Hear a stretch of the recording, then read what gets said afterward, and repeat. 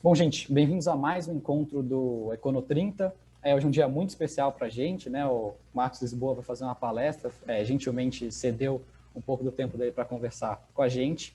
Para quem não conhece ainda o projeto, o Econo 30 tem o objetivo de fomentar a discussão de economia através de conceitos e perspectivas das mais variadas escolas de pensamento em encontros semanais de 30 minutos. Além disso, uma vez por mês, a gente vai convidar um especialista para complementar as nossas reflexões.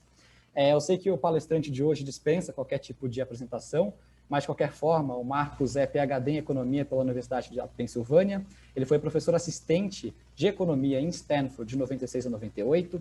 De 2003 a 2005, ele foi secretário de Política Econômica do Ministério da Fazenda. Depois, de 2009 a 2013, foi vice-presidente do Itaú Unibanco.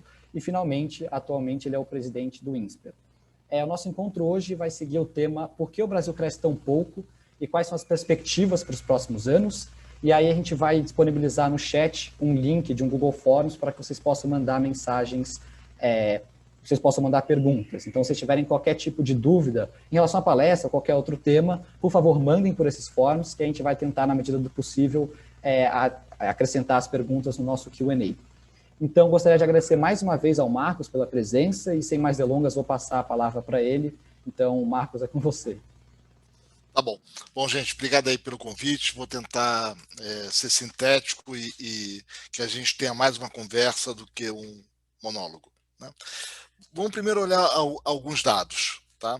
Quer dizer, em primeiro lugar, o Brasil cresce pouco há pouco mais de 40 anos. Quer dizer, desde os fins dos anos 70, a economia brasileira entrou numa trajetória, né, de baixo crescimento, né, baixo crescimento com muita volatilidade. É sempre difícil comparar dados entre países, tem que limpar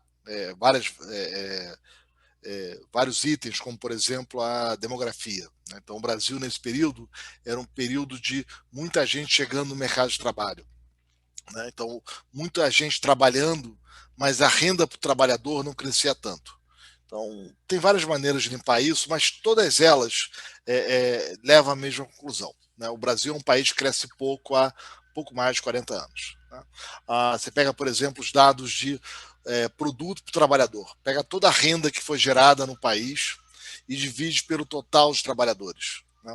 E o Brasil se distancia dos países desenvolvidos, né? Se você gostar um pouquinho mais de estatísticas, de econometria, você pode limpar para outras componentes, como nível de educação, né, acumulação de capital. O resultado é invariavelmente o mesmo, né? O Brasil é um país de baixo crescimento, né? Dá um número simples, né? Você pega de 95 até 2016, né, o crescimento da renda do país, né, toda a renda, salários, juros, lucros, aluguéis, e divide pelo total de trabalhadores, né?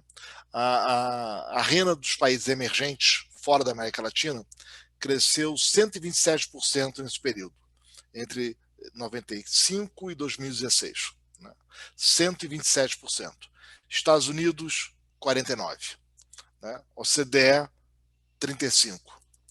Brasil, 19%. A questão é por que o Brasil cresce tão pouco há tanto tempo? E aí a estatística ajuda a gente a tentar identificar as causas desse baixo crescimento. Quer dizer, narrativas podem ser inventadas as mais várias, né? Mas o que é evidência, né? Com base nos dados, né? E a gente tem muito dado hoje, né, disponível para fazer análise, né? Quer dizer, desde o fim dos anos 80, começo dos 90, a gente tem bases de dados para mais de uma centena de países, muito detalhadas, em que a gente pode comparar, né? O que explica alguns países terem mais sucesso do que outros? Quais são os fatores mais correlacionados com os casos de sucesso e os casos de fracasso, né? E aí dá para decompor alguns temas. Por exemplo, né, educação importa, né? Países que, em geral, educaram mais a sua população, né, tiveram maior crescimento da renda depois do que os que não educaram, né? Então, e deixa eu ser claro sobre isso. Quer dizer, a evidência nunca é 0,1. Nunca é quem educou cresceu, quem não educou cresceu. Quer dizer, assim, a maior parte de quem educou cresceu. Tem casos de fracasso, né? E um pouco o trabalho do economista é tentar entender exatamente o que faz uma grande maioria que educou ter crescido e o que faz aqueles poucos que educaram, né, não crescerem. Né? Então, a grande maioria que educou cresceu, e, em geral, quem cresceu teve educação prévia. Quer dizer, não me lembro aqui de nenhum caso relevante de país que tenha crescido sem ter educação. Né? E quase todos que educaram a sua população cresceram depois disso. Né? Então, o primeiro ponto é esse. O segundo é investimentos em infraestrutura, em algumas áreas relevantes, que também estão correlacionadas com o maior crescimento da renda dos países.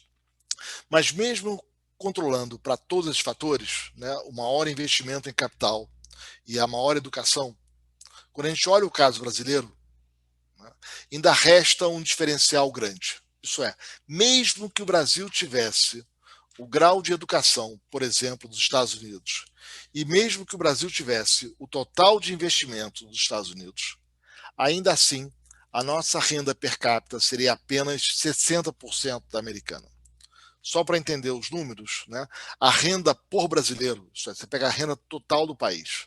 Imagina que o Brasil fosse um país igualitário e divide igualmente entre todos os cidadãos. Né? O Brasil ia ser aí cerca de metade do Chile, tá? Um quarto a um quinto dos países desenvolvidos. Quer dizer, o Brasil é um país pobre. Né? Ele não é apenas um país desigual, mas ele também é um país pobre. Isso é, mesmo que fôssemos igualitários, né, ou mais igualitários, ainda assim nós seríamos bem mais pobres, até mesmo do que os bons países da América Latina ou do que os países pobres da Europa. Então, o que explica isso? Quer dizer, por que, mesmo corrigindo pela educação, mesmo corrigindo pelo capital, o Brasil ainda é mais pobre que os demais países desenvolvidos, ou mesmo que muitos emergentes atualmente? Quer dizer, o que houve que o Brasil está estagnado aí há 40 anos? Né? Tem crescido bem menos que os demais países. Esse é um dos temas da economia. A economia procura tentar entender em que medida. Quer dizer, você pode sempre construir narrativas, construir histórias. Olha, eu acho que foi isso, acho que foi aquilo. Mas quais histórias, quais narrativas sobrevivem aos dados? Né? O tema desenvolvimento é um tema muito antigo da economia. Né? É o tema fundador da economia, lá com Adam Smith há 200 e quase 50 anos atrás. Né? Por que alguns países desenvolvem e outros ficam para trás? Né?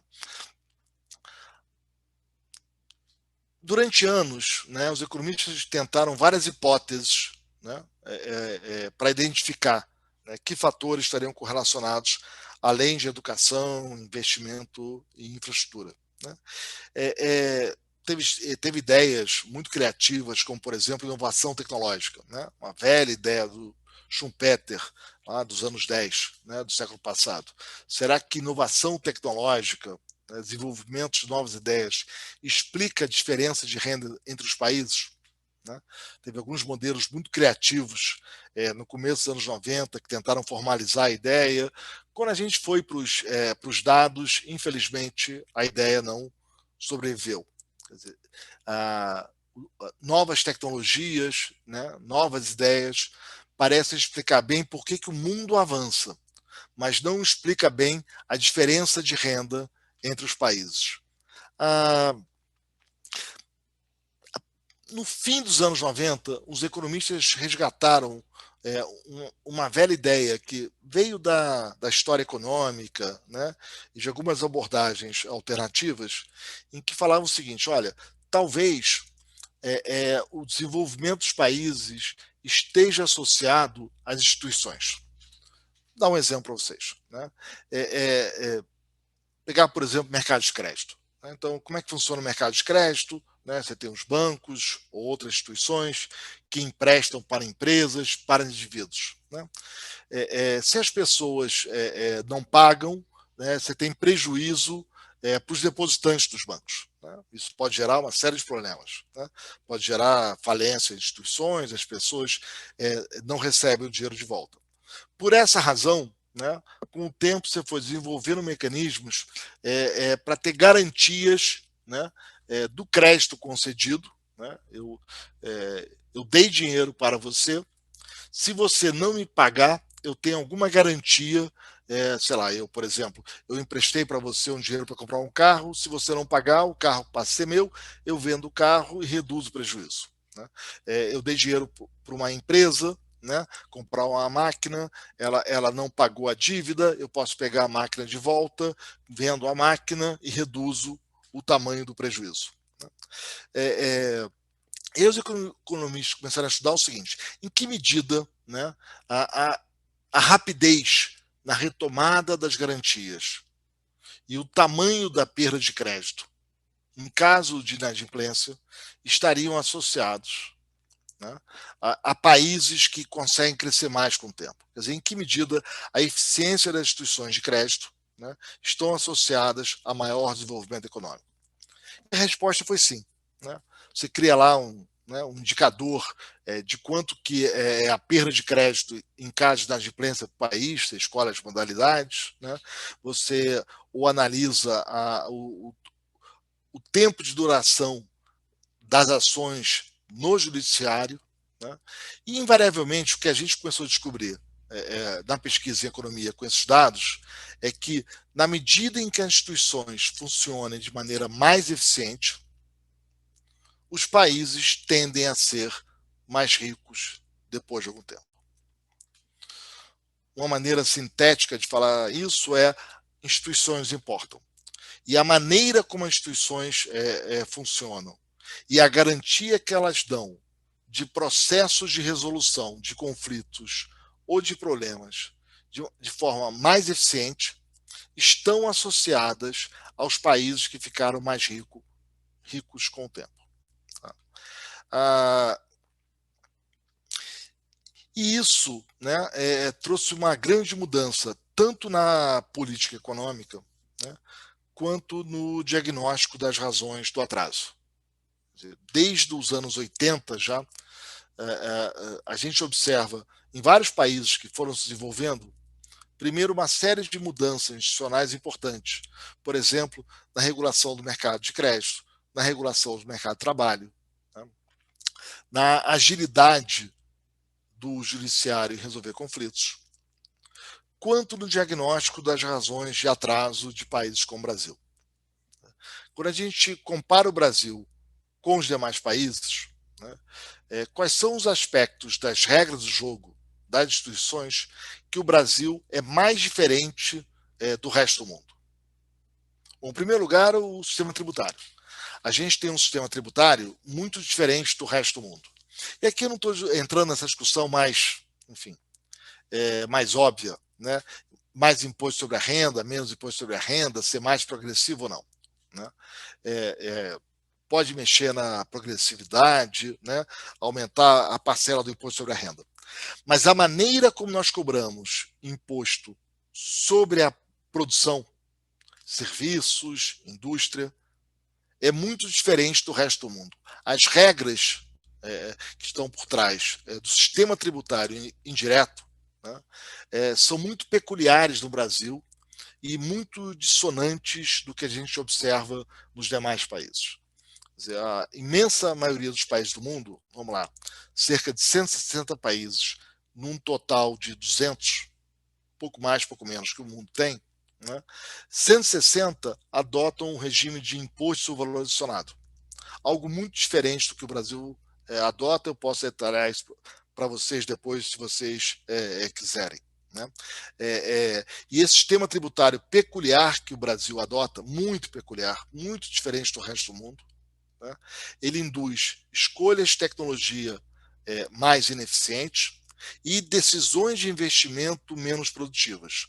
Você escolhe tecnologias e investe em áreas piores, né, para a produtividade, para o crescimento.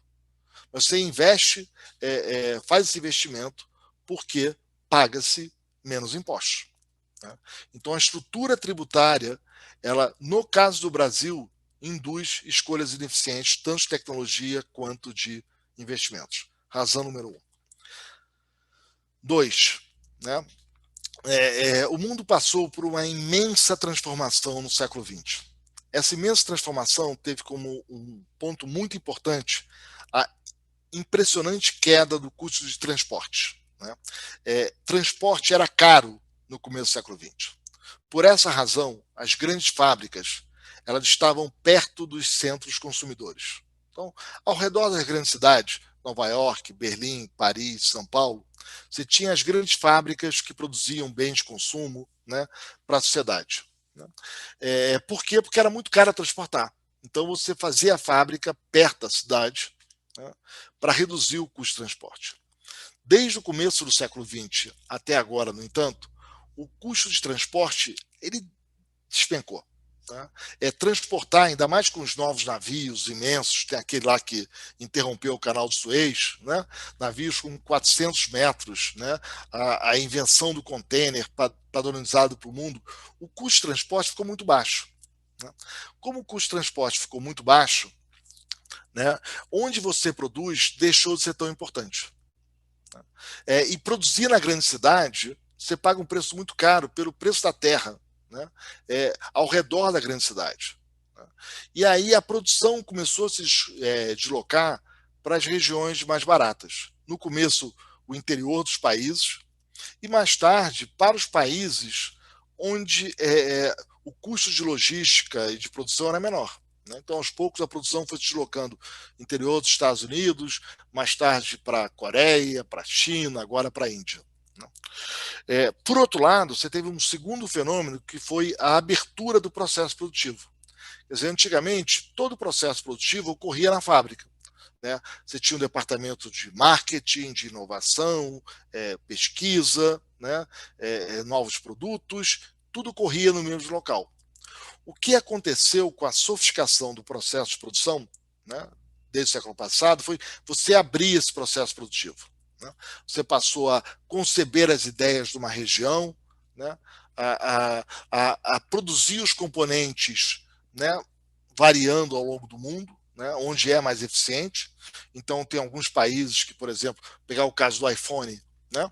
Então, o iPhone é concebido nos Estados Unidos. Você não tem uma fábrica de iPhone nos Estados Unidos. Né? Aí tem algum produtor na Alemanha que faz a câmera melhor que o resto do mundo, tem alguém na Malásia que faz muito bem a bateria, a componente outra é feita em outro país. Então, em alguns países você tem as ideias, desenvolve, né? Outros países são muito bons em alguma componente sofisticada, né? E aí você manda todas as peças, né, para algum lugar, pode ser a China, hoje mais frequentemente a Índia, o Vietnã, que monta o aparelho. Né? E o que era a tradicional indústria, que era um processo inteiro em si, ele foi fragmentado em várias etapas. Né? Então a manufatura agora está em alguns lugares, a montagem está em outro, né? A concepção está num terceiro. Né? Que é o que a gente chama das cadeias globais de produção. E com isso você tem várias vantagens. Né? Eu estou produzindo agora baterias para uma produção em escala global. Então eu posso ter grandes economias de escala. Né? E tem um país que vira muito bom em bateria, tem outro que fica muito bom em câmera e por aí vai. Né? Você pega o caso da Embraer no Brasil. Né, que é um caso típico desses. Quer dizer, a Embraer é uma empresa que importa muito e exporta muito. O que ela faz bem? Ela concebe aviões médios espetacularmente. É a empresa mais eficiente do mundo hoje em conceber aviões médios. Ela monta muito bem esses aviões médios. Ela compra partes dos aviões, dependendo do cliente, de vários lugares do mundo diferentes, monta o avião e vende. Ela importa muito e exporta muito. Ela está no meio de uma cadeia global de produção. Né? Essa é a prática no mundo, não é no Brasil. A Embraer no Brasil é uma exceção. O Brasil é uma economia fechada.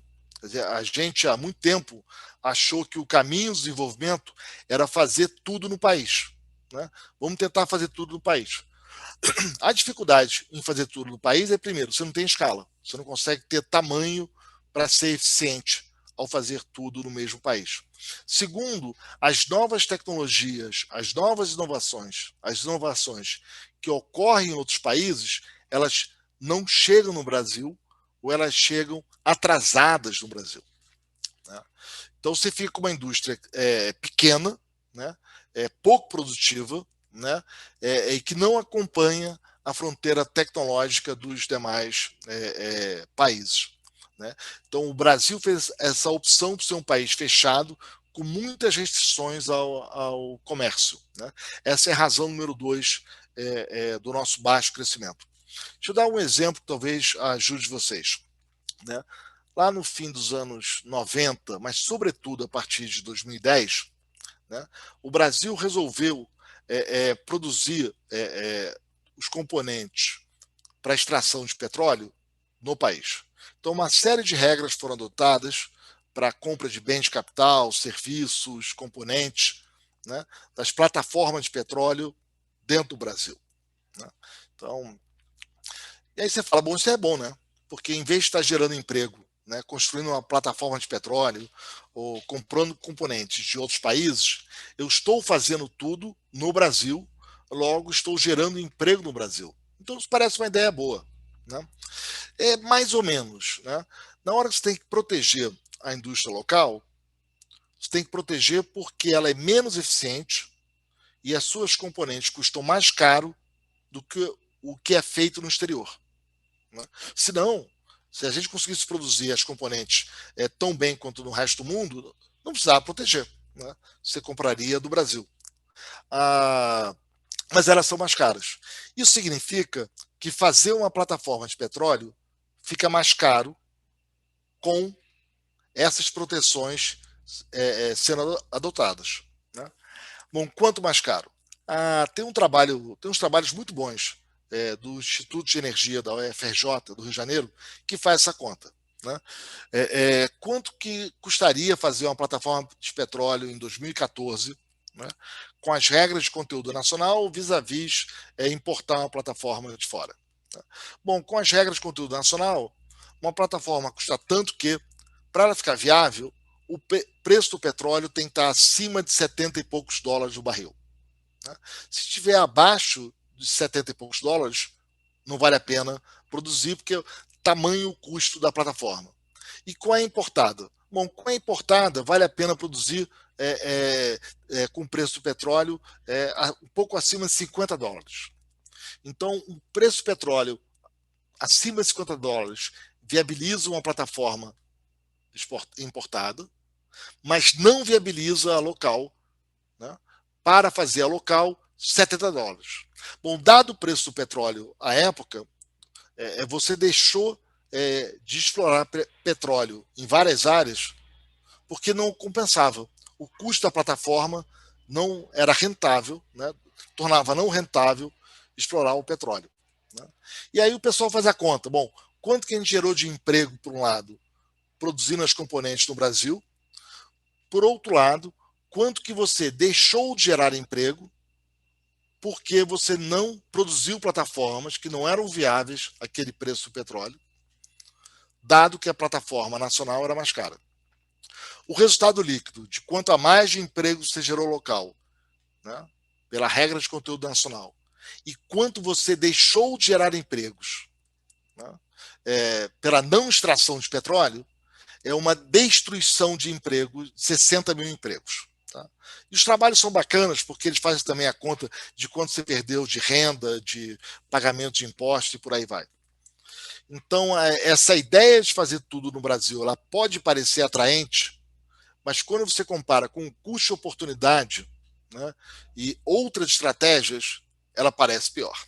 E ela tem se revelado pior e ela acaba gerando em parte do nosso atraso. Então, primeira razão, o sistema tributário. Segundo, o comércio exterior. Terceiro, né, a gente tem uma imensa insegurança jurídica no país. Quer dizer, com frequência, o judiciário intervém em contratos, muda as regras do jogo. Né?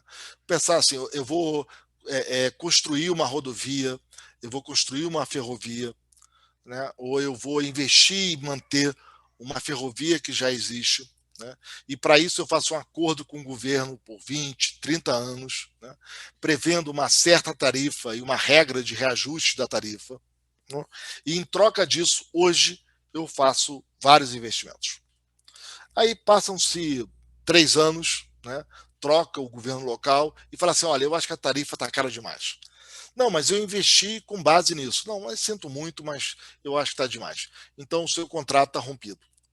Isso no Brasil, infelizmente, se tornou muito frequente. Tem o caso da linha amarela no Rio de Janeiro, mas tem muitos outros, né? O que acontece? Os investidores, né, externos, imagina um fundo de pensão, né? Eu sou gestor de um fundo de pensão de professores de um outro país. Eu tenho recursos grandes para investir, inclusive para pagar a aposentadoria dos professores, né? Aí eu falo assim, vou investir no Brasil? Eu falo, não, né? Tem risco aqui. Se eu investir no Brasil, eu faço um contrato, eu ponho um certo dinheiro, eu tenho uma expectativa de retorno tal para pagar as aposentadorias depois. Mas aí, quando for chegar a hora de pagar, de receber, alguém vai romper o contrato e eu não recebo. Investir no Brasil, infelizmente, tornou-se um processo caro e muito arriscado, né? E para isso, menos gente topa investir no Brasil. E quando topa investir no Brasil, cobra um prêmio maior. Por quê? Porque o país é mais arriscado. Porque as regras do jogo elas são instáveis, né? Elas podem ser alteradas a qualquer momento. Então, a nossa insegurança jurídica hoje é uma parte importante do baixo investimento do Brasil. Deixa eu dar para vocês um dado adicional, né? Quer dizer, nos últimos ano, né, último ano e meio, né, 15 meses, você começou a ter um grande boom de commodities, né? Os preços das mercadorias que o Brasil exporta subiram significativamente, né? Seja agrícolas, seja minerais. Bom, isso está gerando, inclusive, um saldo na balança comercial, né? Quer dizer, o Brasil hoje exporta mais do que importa, né? E isso gera uma entrada de dólares importante. Bom, apesar disso, a nossa taxa de câmbio, né, ela, se tivesse comportado como nos demais emergentes, era para estar em 4,30, 4,40, 4,50. No entanto, ela está acima de 5,50. Por que isso? Porque apesar da entrada de dólares, né, em razão do saldo comercial, a nossa taxa de câmbio ela se depreciou tanto, porque o investimento está indo embora, porque as pessoas estão desistindo do Brasil. Elas estão um pouco cansadas, né? Os investidores falam, não entendo o sistema tributário de vocês, ele é muito caótico, ele gera um contencioso gigantesco, né? É difícil importar no Brasil, né? As regras de comércio exterior são muito complexas, né? E eu tenho uma imensa insegurança jurídica, né? Amanhã vem um juiz e fala, olha, aquilo que você fazia que estava ok, não está mais. Esse contrato que você tinha não vale mais, né? E aí o investimento vai embora. E se o investimento vai embora, o país cresce menos. Por fim, né, o quarto ponto importante do nosso atraso, a gente tem um Estado no Brasil imensamente caro, né? Você compara o tamanho do governo brasileiro, ou a nossa carga tributária, com os demais emergentes, né? O Brasil tem aí uma carga tributária de 34% do PIB, né? Você compara os demais emergentes, a grande maioria tem uma carga tributária abaixo de 30%, tá? Em 20 e poucos por cento. Tá? A Argentina é igual a gente, e países do antigo leste europeu são maiores do que nós. Tá? Mas fora isso, nos emergentes, o Estado é bem menor. Quer dizer, um país pobre como o Brasil costuma ter uma carga tributária bem menor que a nossa. Parte 1 da história. Parte 2. O Estado brasileiro cresceu muito nos últimos 25 anos. Quer dizer, em 95, a gente tinha uma carga tributária de 25% do PIB. Né? Em 2020, 34%. Então, foi de 25% do PIB para 34% do PIB. Isso significa 9 pontos do PIB a mais de carga tributária em 25 anos. Bom, pode ser uma escolha do país, né? O país está arrecadando mais, está cobrando mais impostos para prover serviços melhores para a população. Pois é, não foi isso que aconteceu. Né? Quando a gente compara o quanto que aumentou a carga tributária no Brasil com os demais países emergentes, a nossa carga tributária aumentou mais, mas a qualidade dos serviços públicos não. Então, dá um exemplo concreto. A gente passou os gastos com educação de 4% do PIB em 2000 para 6% do PIB em 2020. De 4 para 6. É um aumento impressionante. São 50% a mais. Né? 4 para 6, né? Que a gente gasta um pouco mais que a grande maioria dos emergentes. Quando a gente pega os números da qualidade da educação, do aprendizado dos alunos, pois a gente ficou para trás. Tem uma maneira de fazer a conta, né, típica de economista, você põe quanto cada país gasta num eixo com educação, no outro eixo você põe, por exemplo, o indicador do PISA, né, que procura medir a avaliação de aprendizagem em português e matemática das crianças com 15 anos. Então, aqui tem aprendizagem, aqui tem gasto com educação. Né? Aí você tem uma curva. A maioria dos países está ali, perto da curva. O Brasil destoa, o Brasil está longe da curva. Pelo que a gente gasta, era para ter um resultado no PISA muito maior. Né? Nós somos o país mais ineficiente no gasto com educação que tem. Então, um problema que tem no Brasil é que, além de nós termos uma estrutura tributária muito disfuncional, é um país que tributa mal. E, de novo, não estou entrando em julgamento moral sobre tributar mais a renda, mais o consumo, essa coisa mais superficial. Nosso problema é muito maior do que esse. Né? A forma como a gente tributa o consumo, ela é mal feita e acaba gerando distorções. Nós somos um país que tributa mal e que, ao mesmo tempo, gasta mal.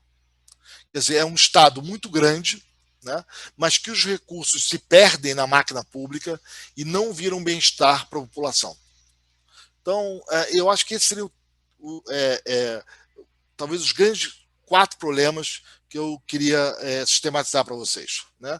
É um sistema tributário disfuncional, que leva a escolhas erradas de tecnologia de investimento. Né? Um país fechado para o comércio exterior, que se beneficia pouco das novas tecnologias. Né? Uma insegurança jurídica imensa, um país que muda as regras do jogo com muita facilidade e que isso acaba afastando o investimento e assustando para investir em outros países, mas não no Brasil. Né? E, por fim, né, um Estado brasileiro, né, que é muito ineficiente, né, que ele acaba sendo caro, né, porque ele entrega de qualidade da política pública para a população. Mas, Felipe, eu paro por aqui e abro para perguntas. Opa, muito obrigado mesmo, Marcos. Muito legal tudo que você falou. Acho que é uma abordagem muito interessante assim para essa questão e que a gente não tem muito contato, né, na escola, então acaba sendo muito enriquecedor para todo mundo mesmo. Então, de verdade, muito obrigado. Então, a gente vai entrar agora nas perguntas, né? Eu, Felipe, Tomás e Rafael, a gente preparou também algumas perguntas nossas e também vamos fazer algumas perguntas do público, né? A gente mandou um link aqui no chat em que as pessoas fizeram as perguntas. Então, eu vou começar aqui com nossa primeira pergunta que a gente preparou. É a seguinte. Então, Marcos, a gente abordou no último encontro do Econo30, que foi mais de uma semana, a década perdida dos anos 80 no Brasil, né, que foi um período em que não teve crescimento econômico. Só que, observando o PIB real na década de 2011 até 2020, a gente vê que também não teve crescimento, né? Então, a gente queria que você, se você puder falar, quais as semelhanças e diferenças entre o Brasil desses dois momentos, no sentido de explicar essa falta de crescimento, né, que se deu recentemente. Olha, são esses 40 anos que eu mencionei. Quer dizer, o Brasil cresce pouco do fim dos anos 70 até agora. Né? Os 80 você tinha muita volatilidade macro, né? Muita inflação, né? Muita incerteza, uns planos econômicos doidos, né? Tipo, né? Plano Cruzado, Plano Bresser, né? Enfim, que fizeram um imenso mal ao país, né? Um país que não conseguia organizar suas contas, não conseguia ter o mínimo de disciplina econômica. Né? Depois veio um período de uma tentativa de normalização do país, né? A gente começa né, com o fim do Sarney, você tem a abertura comercial, acho que tem o grande salto do Plano Real, que estabiliza a economia, acaba a hiperinflação. Acho que o Fernando Henrique fez grandes reformas que deram o mínimo de normalidade para o país, né, que foram continuadas pelo governo Lula. Né, mas, enfim, foi um período aí entre 94 e 2010, que o Brasil não teve um desempenho brilhante, mas pelo menos teve um desempenho medíocre. Né? A gente acompanhou o mundo. A gente andou mais ou menos em linha com a média do mundo. Tá? Os demais emergentes avançaram mais que a gente. Tá? É bom não se iludir com os anos 2000. Né? Os anos 2000, o mundo emergente estava explodindo. E o Brasil andou bem. Tá? Ele andou bem, mas o resto do mundo explodindo. Né? Mas, infelizmente, eu acho que a partir de 2008, 2009, a gente optou por voltar pelo velho caminho. Né? A gente começou com a ideia de fechar a economia, de dar subsídios para investimentos privados, né? Fortalecer a Petrobras, regras de conteúdo nacional para óleo e gás, vários programas que explodiram de subsídios, né? No setor privado. Né? Isso começou em 2008, 2009. Né? Quer dizer, a gente repetiu os erros dos anos 70. Né? E, infelizmente, deu errado de novo. Né? Nenhum dos grandes programas iniciados no fim dos anos 2008, 2009 pelo governo deu certo. Nenhum dos grandes. Né? Assim, pega todos os grandes projetos de investimento do governo naquele período e me diz qual deles que deu certo 4, 6 anos depois. Né? A conta veio depois. Política econômica tem essa tragédia, tá? Você faz hoje, né? Sabe que nem os pais de vocês falam com vocês? Crianças, se cuidem, né? Não bebam, né? Não fumem, né? Você não vai sentir os problemas ano que vem, daqui a 2 anos, daqui a 3 anos. Mas daqui a 30 anos você vai ter problemas de saúde. Tá? Política econômica é assim. Então a gente começou a fazer os equívocos em 8 e 9, né? E aí veio, enfim, deu tudo errado. Né? A Petrobras quase, enfim, quase afundou. Os estaleiros nacionais deram errado, quebraram. Né? Quais programas do PSI, Programa de Sustentação de Investimento, deu certo? Não sei. Né? Enfim. Projetos de conteúdo nacional, de óleo e gás e outros fracassaram. Então, enfim, você começa, na euforia, começa aqueles projetos, passam-se 4, 5 anos, os projetos fracassam, né? E aí o país paga a conta dos erros. Entendi, obrigado. Bom, vou agradecer também a presença do Marcos, igual o Edu falou. E vamos para a nossa segunda pergunta, que é uma pergunta enviada pelo Henrique, da plateia. Pergunta bem grande, bem legal. Então vamos lá. Marcos, ouve-se bastante que na década de 70, a Coreia do Sul e a Nova Zelândia se encontravam em situações econômicas semelhantes ou até mesmo piores do que as do Brasil. Em 50 anos, porém, esses dois países deslancharam, enquanto o Brasil ficou totalmente para trás. Considerando que já foi dito, como você enxerga esse fenômeno? Faz sentido essa comparação? E quais reformas deveriam ser feitas mais urgentemente para nos aproximar, talvez, desses dois exemplos de países? Bom, vamos lá. Primeiro, para comparar países, tem que tomar cuidado para, enfim, e a estatística ajuda vocês, né, conhecer um pouco mais de estatística, como é que você torna as coisas comparáveis, porque isso é muito o trabalho da economia. Né? Eu tenho vários dados de vários países, tem país que fez política industrial e deu certo, tem país que fez política industrial e deu errado, quais são as diferenças, quais são as características de cada país. Né? Para isso, a estatística, a análise cuidadosa dos dados é fundamental. Então é muito difícil essas comparações sem ter muita base de dados e muitos instrumentos de controle. Tá? Como é que eu posso tornar os dados comparáveis? É um grande tema da economia e não tem saída fácil, tá? Não tem uma, tem uma explicação aqui, né? Então, de novo, Nova Zelândia, Coreia, são países que têm educação muito arrumada desde os anos 60. Tá? A Coreia, desde 60, 50, né?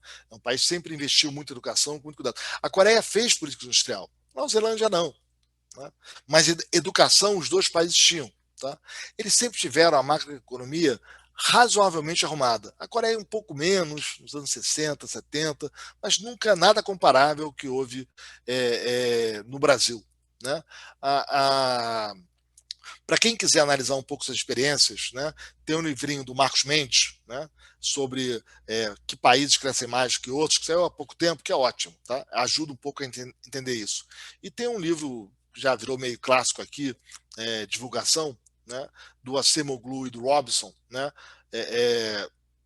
Por que as nações fracassam? Acho que esse é o título em português, né?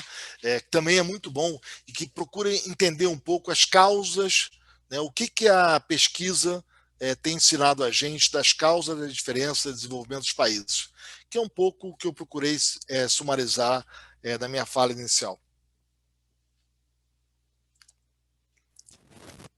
Muito obrigado aí, Marcos. O seu microfone está falhando, Tomás. Um segundo, então.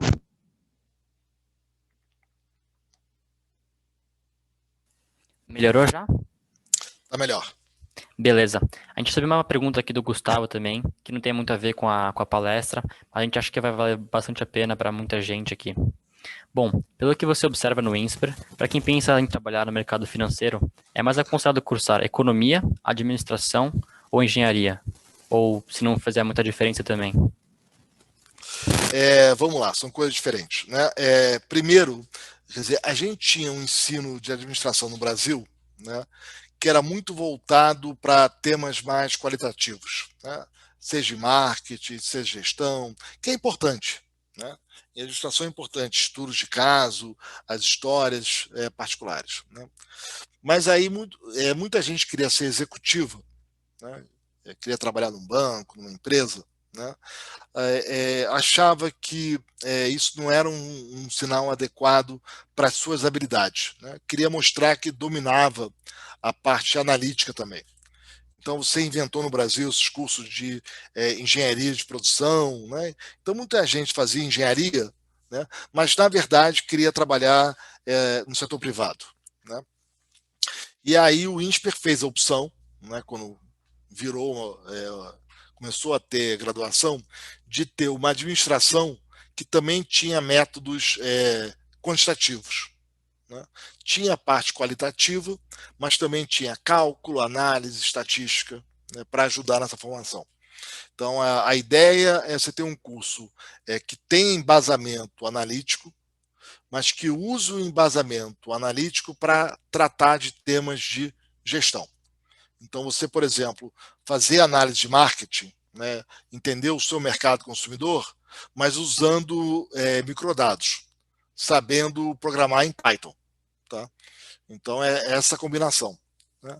Então, eu acho que a administração ela é mais para quem quer ir para o mercado virar executivo, pelo menos o tipo de ADM que a gente faz, né? A economia que a gente faz é muito mais voltada para quem quer ser analista de mercado, tá? Ou trabalhar com gestão de política pública, tá? E a nossa engenharia ela é voltada para novas tecnologias, né? Então a gente não tem engenharia de produção, engenharia civil, né? A gente tem mecânica, mecatrônica, computação, né, que é de fato para formar pessoas com habilidade em novas tecnologias, com capacidade de empreender, né? Perfeito. Agora uma pergunta que a gente tinha pensado é a seguinte: você evidentemente passou por um ambiente de trabalho muito diverso ao longo da sua carreira, né? Do setor financeiro ao público e à educação hoje em dia. A gente queria saber como que isso moldou o seu olhar na economia, essas diferentes perspectivas você experienciou ao longo da sua carreira. Olha, eu aprendi muito na minha vida nos trabalhos que eu tive. Não alterou minha economia. Minha economia ela foi se alterando estudando, tá? Quer dizer, até hoje eu estudo, né? Enfim, leio jornais, procuro acompanhar o que os outros estão fazendo, né? Então, a minha economia vem do aprendizado de saber qual é a evidência nova, quais são os novos resultados, que apareceu, né? Assim, tô aqui falando com vocês, estou na minha mesa, cercado, né, de livros de economia, né? Então, leio o Handbook of Economics of Finance, né, tentando entender, ou sei lá, o Handbook of Public Economics, né? São as coisas que os artigos, bandos de artigo aqui que eu estou lendo, sempre tentando saber assim, qual é a nova evidência, quais são os novos modelos, né? Porque vai mudando, né? As pessoas vão testando hipóteses, descobrem um resultado novo, né? Tem uma evidência mais robusta, né? Assim funciona a economia. Agora, o que a minha experiência profissional me trouxe foi muito aprendizado da prática de trabalho, né? Quer dizer, setor público tem uma lógica, né, muito específica, né, de uma dedicação muito particular, de você estar acompanhando o detalhe dos projetos de lei. Quer dizer, eu aprendi a ler leis, né? Você aprende a ler as leis, a saber as suas remissões, né? Projeto de lei é algo extremamente complexo, né, com muitas implicações.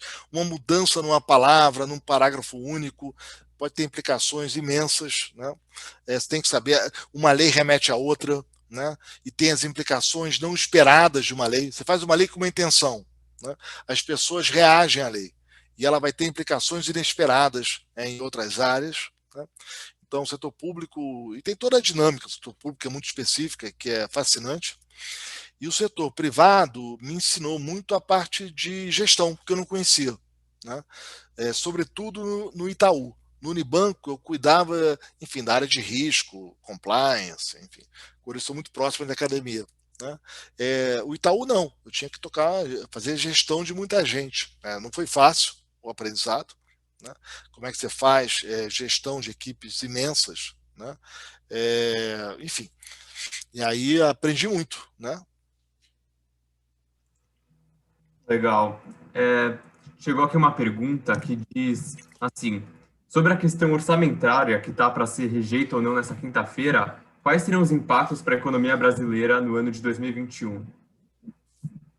Esse orçamento é só fruto da falta de coordenação do governo. Quer dizer, aí foi, enfim, eu já escrevi muito sobre isso, né? Enfim, aparentemente houve um acordo entre o governo e candidatos à liderança das casas, né? Pelo menos um deles, né? E aí, enfim, fez-se um acordo de aprovar a PEC emergencial, de dar emendas parlamentares, e o pessoal não fez a conta, né? E aí prometeram que não tinha. E aí foram tentando ajustar e foram aparecendo novas demandas.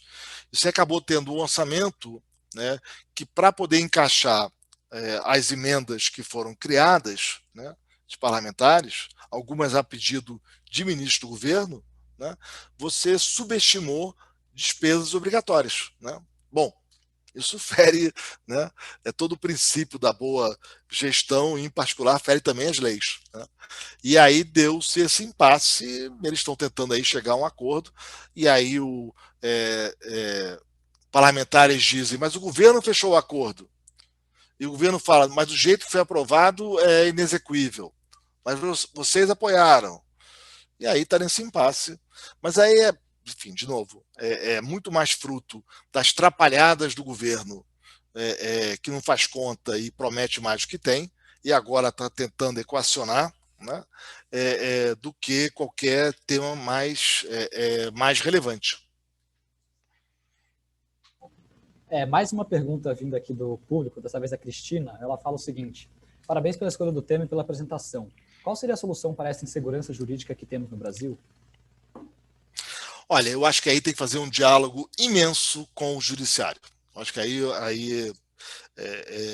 a liderança de governo deveria estar, né, enfim, coordenar de uma maneira educada, né, cuidadosa, né, como é que a gente impede tanto susto em liminares no Brasil, né? Se eu dar um exemplo para vocês, a tradição americana, por exemplo, né, ela é muito clara nisso, né? Tem inclusive jurisprudência da Suprema Corte, né? Quer dizer, você faz uma lei com princípios gerais, tá? E aí o responsável por interpretar a lei é a agência regulatória que cura do caso. E o judiciário, ele segue a interpretação da norma feita pela agência. Inglaterra, igual. Você tem lá uma agência responsável por que tipo de medicamentos devem ser cobertos pelo plano de saúde, blá, blá, e aí ela dá a norma, ela diz, ó, esse, aquele, tem a sua lista, e o judiciário consulta a agência antes de tomar uma decisão. No Brasil, não é assim. A nossa tradição jurídica é muito diferente. Primeiro, as leis são incrivelmente detalhadas, o que atrapalha, porque elas são tão detalhadas que elas geram ambiguidade. Como é que você interpreta aquela palavra? Não são princípios gerais, né? Você pega um plano diretor de uma cidade como São Paulo, por exemplo, né? O tamanho da complexidade que é. Você pega uma legislação sobre mercado de crédito, pode escolher, né? Elas são incrivelmente complexas, né? E gera muita ambiguidade isso. Segundo, né, o judiciário se encarrega de tentar interpretar a regra, né? Enquanto nos Estados Unidos a agência que regula faz isso e o judiciário respeita a decisão da agência, né, a não ser em casos excepcionais, mas muito excepcionais, né? No Brasil não, né? Cada um vai lá e dá uma interpretação, né? E aí a regra fica vaga, né? Então é muito frequente, por exemplo, o judiciário, você tem lá a Anvisa, tem lá a regulação sobre os remédios que estão autorizados, plano de saúde, vai lá, ou da ANS, como é que é? E aí vem o judiciário e fala, não, veja bem, eu discordo de você. O juiz 1 diz uma coisa, o 2 diz outra, o terceiro discorda dos 2 primeiros, né? E gera essa imensa insegurança. Então a judicialização no Brasil ela é inacreditável, né? Para dar um exemplo do tributário, tá? Somar todo o contencioso é a briga entre o fisco, né, e o contribuinte. Aí você tem o contencioso que está na esfera administrativa, isso é, eu estou brigando com o fisco nos tribunais internos do governo, ou o judicial, que está fora, que está na justiça. Somar os dois, tá? No Brasil, o contencioso tributário chega a 75% do PIB, 3/4 do PIB. Isso é muito ou pouco? Bom, vamos olhar o resto do mundo, OCDE e América Latina, sem Brasil, né? Lá quase não tem contencioso tributário, quase não existe. Aí você pega o administrativo, quanto que tem? Bom, na OCDE 0,29%. 0,29% versus 75% do Brasil. Mais de 150 vezes maior no Brasil. E no resto da América Latina, 0,19%, menor ainda. Então você cria um caos, uma quantidade de disputas absolutamente disfuncional. Aí só o tributário, só para dar um exemplo, tá?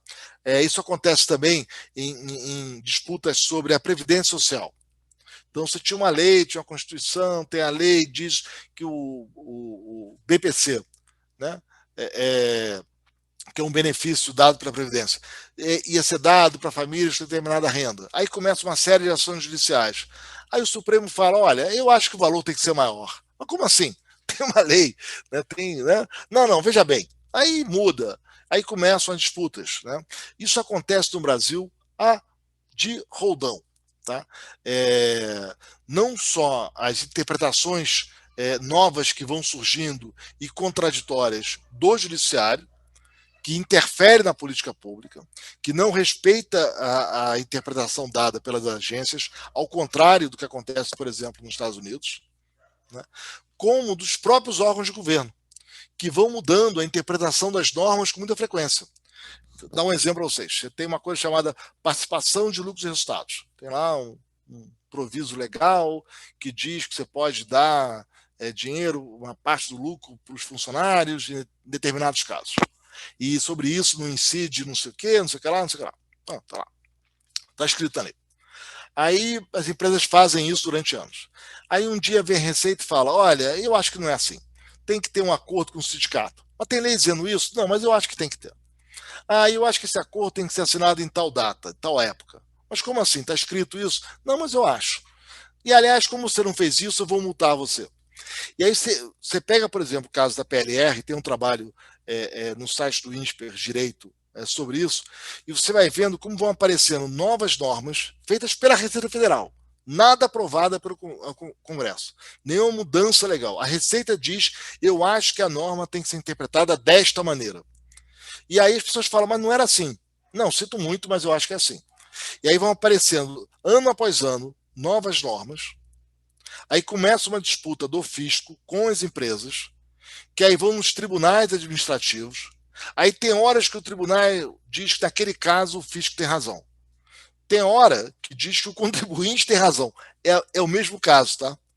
Aí você vai gerando caos. Imagina um estrangeiro olhando esse caos. Vamos lá, vocês são investidores, vocês estão responsáveis pelo dinheiro de pensionistas. Vai, no meu exemplo inicial, vocês estão cuidando de fundos de pensão de professores, tá? Vocês têm que investir num país. Você olha para esse nível de confusão institucional que é o Brasil. Você investe no Brasil ou você investe em outro lugar? Com certeza não no Brasil. Bom, vamos para a próxima pergunta.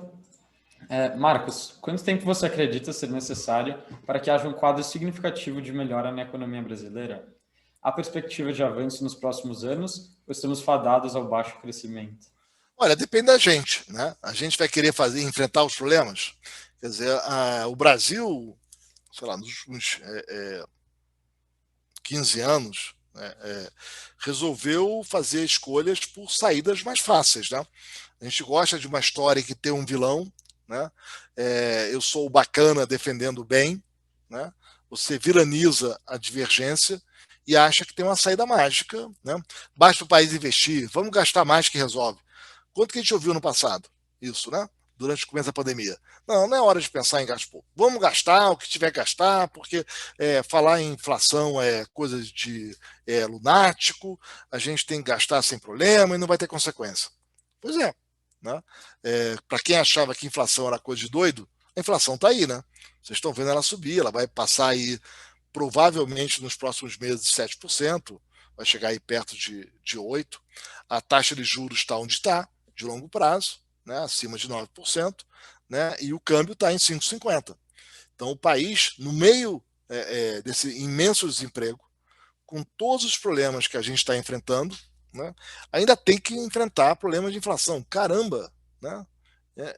Então a gente vai querer enfrentar os problemas de verdade ou vai continuar optando por discursos meio ligeiros em que tem uma saída mágica, em que basta ter uma agenda do bem contra as pessoas do mal que a gente vai sair do problema.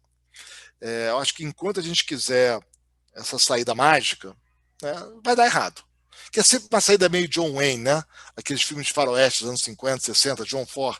Grandes filmes de John Ford, tá? Grande diretor. Mas no fundo é aquela coisa, tem um mocinho bandido. Né, a política brasileira, aí você pode trocar, porque assim, pode ser tanto do discurso da esquerda quanto da direita, tá? Nada mais parecido com o discurso da esquerda no Brasil do que o discurso da direita. Né? Em ambos os casos, você tem um bandido e tem um mocinho. Só que o mocinho, ora vem pela esquerda, ora vem pela direita. Mas são muito parecidos. Né? E tem sempre uma saída mágica. Se você combater o inimigo, você resolve o problema. Isso vale também para a agenda externa. Ora o inimigo é os Estados Unidos, ora o inimigo é a China. Né? Agora, tratar dos problemas de verdade do Brasil, as pessoas fogem. Por que o Estado brasileiro é tão ineficiente? Por que a gente aumentou tanto o gasto com a educação e a qualidade do aprendizado dos alunos, das alunas, não aumentou? O que está de errado nessa máquina?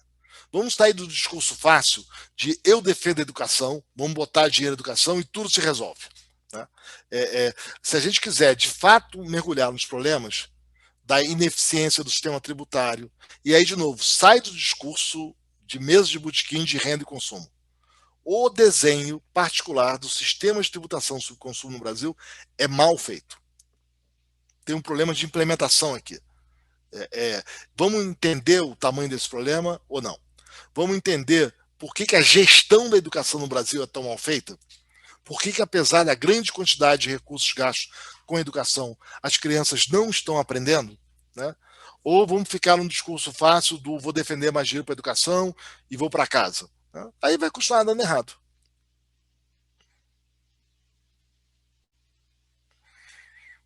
Bom, Marcos, uma última pergunta aqui para você. É possível, em alguma medida, atribuir a falta de crescimento do Brasil a algum componente cultural?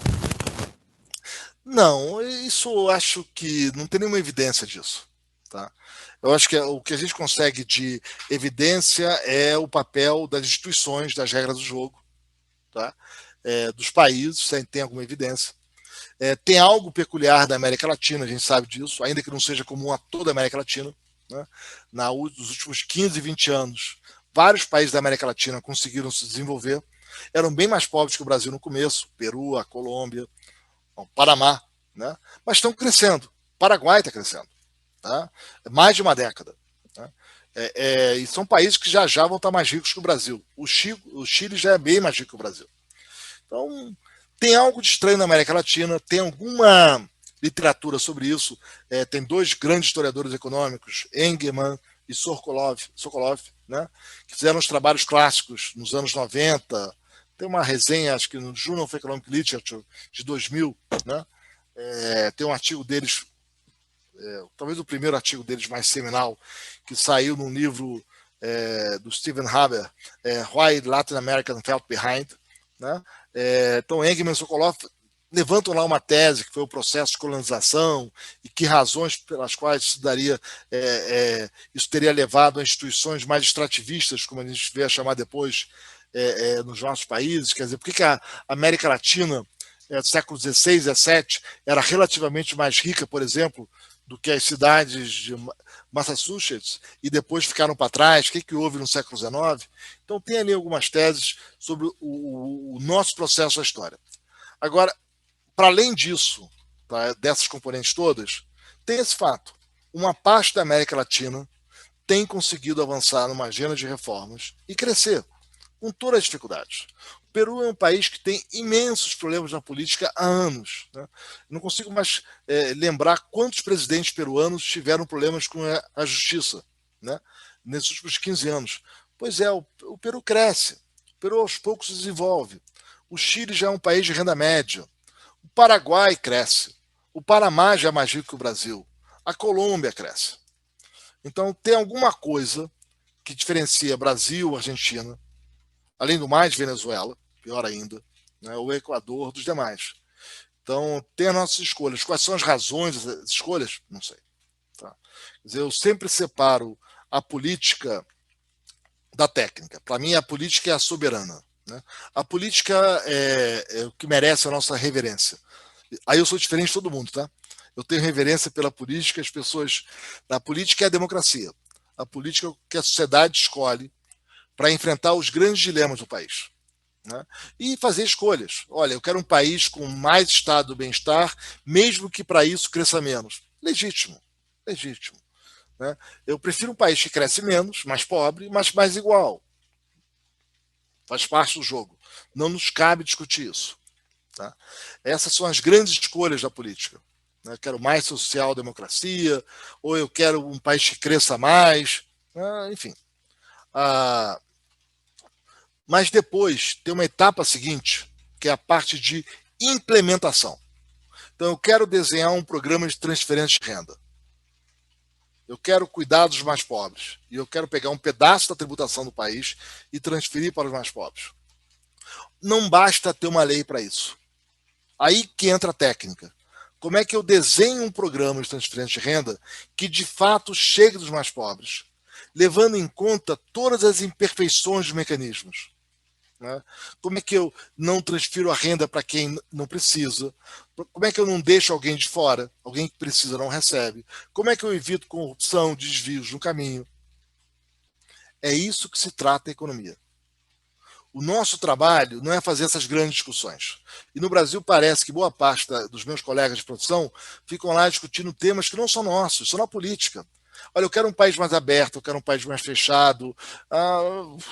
Isso não é com a gente.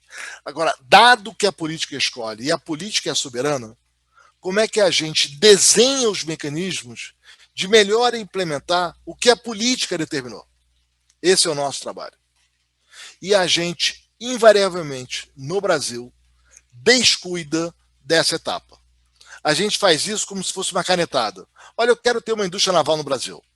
Tá bom, eu acho que vai dar errado, mas tudo bem, vamos lá. Como é que eu monto isso bem feito? Dá dinheiro, faz aí estaleiro e tudo bem, vai dar certo. E é um imenso fracasso. Quer dizer, a gente não cuida da implementação da política pública. A sociedade brasileira entendeu, no ano da Constituição, que o Brasil tinha descuidado da educação até então. E ela aumentou os recursos para a educação em menos de 2% do PIB naquela época, para mais de 6% do PIB hoje. Fez um aumento incrível. Botamos um rio de dinheiro em educação. Qual foi o resultado? Olha os números do IDEB. Olha os números do PISA. Né? Ao longo de 30 anos. A gente cuidou da implementação da política. A gente cuidou da gestão na sala de aula. A gente montou o currículo mínimo para saber o que os alunos tinham que aprender. A gente criou instrumentos de avaliação do aprendizado dos alunos para saber o que estava funcionando, o que não estava funcionando. A gente cuidou da discriminação de gênero para saber por que a gente tem um PISA tão diferente em matemática entre menino e menina. Não. A gente não tinha currículo mínimo, agora começa a ter uns bolsos de currículo mínimo, mas vamos combinar? Né? A gente não faz avaliação de desempenho direito. A gente não usa avaliação de desempenho para fazer gestão pública. Né? Para saber quem é o bom diretor e quem não é o bom diretor. Que técnica de sala de aula funciona mais, que técnica funciona menos. Todo esse trabalho do dia a dia, básico de gestão, a gente não fez. Bom, você vai se surpreender que botou um caminhão de dinheiro em educação e não deu resultado? Então, eu acho que, então, de novo, a gente vai querer enfrentar esses problemas difíceis ou vai querer parar no discurso fácil, educação importa, vamos botar mais dinheiro para educação e vamos para casa? Se a gente continuar nessa atitude, vou evitar aqui as metáforas, né? Desse tipo de atitude, não vai dar certo, gente. A gente vai continuar um país atrasado. Quer dizer, o Chile é um país que está o tempo todo rediscutindo as suas políticas, está o tempo todo rediscutindo como melhora a governança, como é que melhora a avaliação de impacto, o que a gente fez de errado, o que a gente pode fazer de melhor, né? Sem cair nesse discurso fácil de John Wayne, seja pela esquerda, seja pela direita. Aliás, isso é uma coisa engraçada no Brasil, né? Como a esquerda e a direita no Brasil são parecidas. Deixo isso como provocação aí para vocês. Perfeito. Marcos, queria agradecer imensamente sua presença aqui. Sua participação concretiza um projeto que a gente já tem pensado há muito tempo, que é o Econo 30. A gente tem certeza que todo mundo que escutou gostou tanto quanto a gente gostou. Eu gostaria de... Não acho isso não. Olha só, garanto que não. Mas para quem tiver divergências, deixa que, como eu estou velho aqui, sugerir 2 livrinhos para vocês, tá? Se eu puder. Tá? Além dos que eu já falei, tem um livrinho muito bacana do Jean Tirole. Tá? Jean Tirole é um cara espetacular, ganhou o prêmio Nobel, e ele tem um livro de divulgação dele que é A Economia do Bem Comum. E ele descreve a economia completamente fora, né, desse jargão superficial, revista Caras, que domina o debate brasileiro. Né? Tipo, tem um liberal e o desenvolvimentista, sei lá, qualquer dessas... Né? Coisas que dão cansaço. Né? Então, A Economia do Bem Comum é um belíssimo livro do Jean Tirole. Tá? Tá em português, saiu há uns 2 anos no Brasil, 1 ano, sei lá. Tem um segundo livro, ele só tem em inglês, tá? Mas que é um livro muito bacana, porque ele de fato ensina economia, traduzindo artigos técnicos em linguagem comum, mas ele faz isso com uma graça que ele vai ajudando vocês a entenderem como é que funciona essa economia, que o pessoal aqui no Brasil chama de ortodoxa, não sei o quê. Ele começa a montar um modelo teórico, testa empiricamente, aprende com a experiência, rejeita modelo, etc. Mas é um livro muito legal que é The Armchair Economist. Tá? Armchair, né? Cadeira de braços, né? Essas cadeiras de descanso. Né? Economist, tá? Que é um belíssimo livro. Tá? É uma delícia. E os resultados mais estranhos que ao você ir para os testes empíricos, você vai descobrindo e que vão surpreender a gente. Quer dizer, eu acho que fazer economia de direito é, sobretudo, ter esse rigor de ter sempre um modelo com previsões claras, em que você testa empiricamente. Né? E se a realidade diz, olha, não é assim, não é assim. Mas é isso aí, alguém botou aqui. Né? The Armchair Economist, isso aí. Tem uma edição nova, verdinha, que é uma graça. Né? Mas é esse diálogo permanente com os dados, ter modelos teoricamente precisos, com implicações muito claras sobre a realidade, em que você testa, tá? E leva a sério os dados e tem a melhor econometria por trás, a melhor estatística por trás, isso é fundamental. né? E acho que a geração de vocês tem essa vantagem, né? Eu acho que a estatística hoje está muito mais disponível, os métodos experimentais e também a programação. Conhecer os dados, conhecer a teoria, os diversos modelos, o que sobrevive, o que não sobrevive, e saber programar vai ser fundamental para a geração de vocês. Tá? É isso, gente. Espero que tenha valido a pena. Desculpe aqui o português embolado, mas, enfim, eu pulei a fonoaudiologia quando jovem, não tem mais jeito. Aos 50 e tantos anos de idade, a minha fala não vai ficar mais articulada. Tá bom? Combinado. Obrigadão, Marcos, de coração. A gente agradece aí quem participou, quem mandou comentários, quem mandou perguntas também. A gente não conseguiu fazer todas, mas na medida do possível, a gente tentou incluir os tópicos que foram perguntados. E acho que é isso. A gente vai deixar essas 2 sugestões de livros no nosso Instagram, caso alguém tenha interesse de conferir depois. Tá bom, gente. Forte abraço para vocês. Tudo de bom. Obrigadão. Obrigadão. Tchau, tchau. Obrigado. Obrigado. Tchau.